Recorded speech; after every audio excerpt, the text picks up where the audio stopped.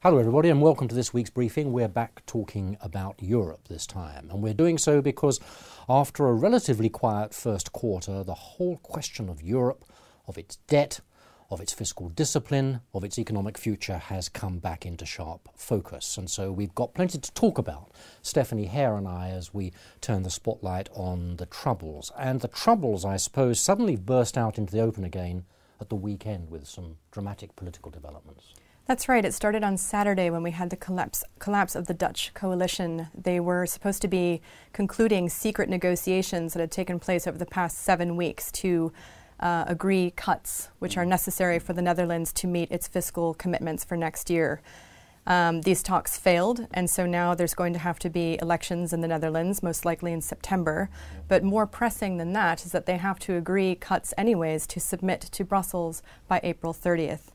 Now, the following day, we had the first ballot of the French presidential election, which saw incumbent President Nicolas Sarkozy and socialist frontrunner François Hollande get promoted through to the second ballot. Not much between them, but the polls point in a certain direction as far as the outcome's concerned. That's right. François Hollande has long been predicted by all of the opinion polls to win. However, we can never say never in politics. It's still a long way until May 6th. But let's think a little bit about the possibility of his victory and what it means for the fiscal treaty. Well, this is a very good point, because yesterday Hollande came out swinging, saying that he will not sign the fiscal compact treaty as it stands. Now, this has long been a painful negotiation led by German Chancellor Angela Merkel and his rival Sarkozy. It was signed on March 1st by 25 EU member states, you'll remember. They are now in the process of ratifying it, and only 3 countries have ratified it so far.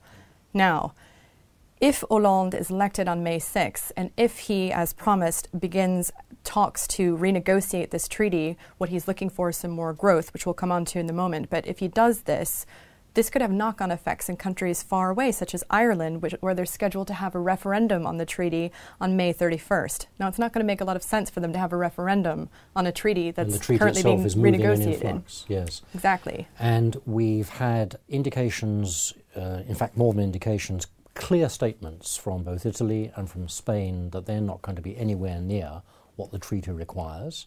And just to introduce one other element into this bubbling inferno is the election in Greece coming up, where we may have an outcome again unfavourable to the economic settlement that seemed to have been reached. Well, this is it. I mean, what we're having right now is a lot of political churn in Europe. So there's a lot of uncertainty, and the markets are reflecting this, pushing borrowing costs up. When we're seeing that countries can sign a fiscal treaty and then immediately defy the targets, as Spain and Italy have done, and as the Netherlands, one of the few AAA-rated countries, is now threatening to do. When we're seeing potentially a government that could come into power in Greece that might be pushing back on targets again, and when we're seeing France, the second biggest economy in Europe, one of the core countries, part of the Franco-German motor of Europe, threatening to renegotiate this treaty, this is not good for confidence. This is, potentially heralding more months of negotiation. It's going to be very difficult to see how these countries can agree on their previous commitments, much less to agree on future ones for growth. Let's talk about growth finally, Stephanie, because you mentioned the French economy. The UK economy also had some bad news this week, with a recession being confirmed. That might be revised a little bit later, but in any event, it's a dull performance, a poor performance. Fiscal austerity, fiscal discipline is one thing, growth is another. Where's it going to come from? Who's got solutions? How might we get into a better place as far as that outlook's concerned? Well, this is interesting because François Hollande seems to be arguing that you could somehow legislate for growth. Now, one could easily argue that if growth were magicked up so readily, why hasn't that already been done? What's interesting is he is not talking about doing the structural reforms that we've heard argued by Merkel, by ECB President Mario Draghi as recently as yesterday. They are saying that growth will come from structural reforms. We need to make European economies more competitive. However, even Draghi has admitted that's not going to be enough. So there seems to be room for some compromise there. We'll need the structural reforms that are advocated by the hawks, but we're also going to need more stimulus. Now, where could that come from? Potentially from allowing the EU structural funds to be used to boost job creation, to support growth initiatives, perhaps from Project Eurobonds, which Hollande has also advanced as an idea, maybe a financial transactions tax. Now, that's something that Sarkozy as well has advocated, so there's plenty of ideas on the table, lots to negotiate, but the problem is they're now considering doing this fiscal treaty negotiation at the same time as growth. They couldn't manage the last one. Will they be able to do both at the same time?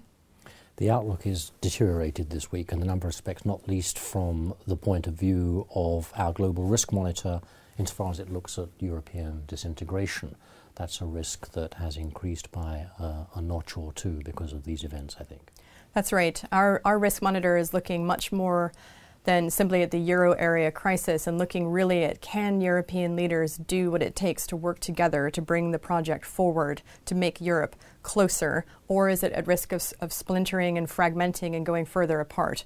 The events of this past week have suggested that they are now at risk of this fragmentation. They've got a lot of work to do to get back on the same page. Thanks, Stephanie. That's it for this week. Do look at our website for more samples of our analysis on the European question and indeed in other parts of the world. And if we can help you in any way understand these situations and respond to them effectively, we'd be delighted to hear from you.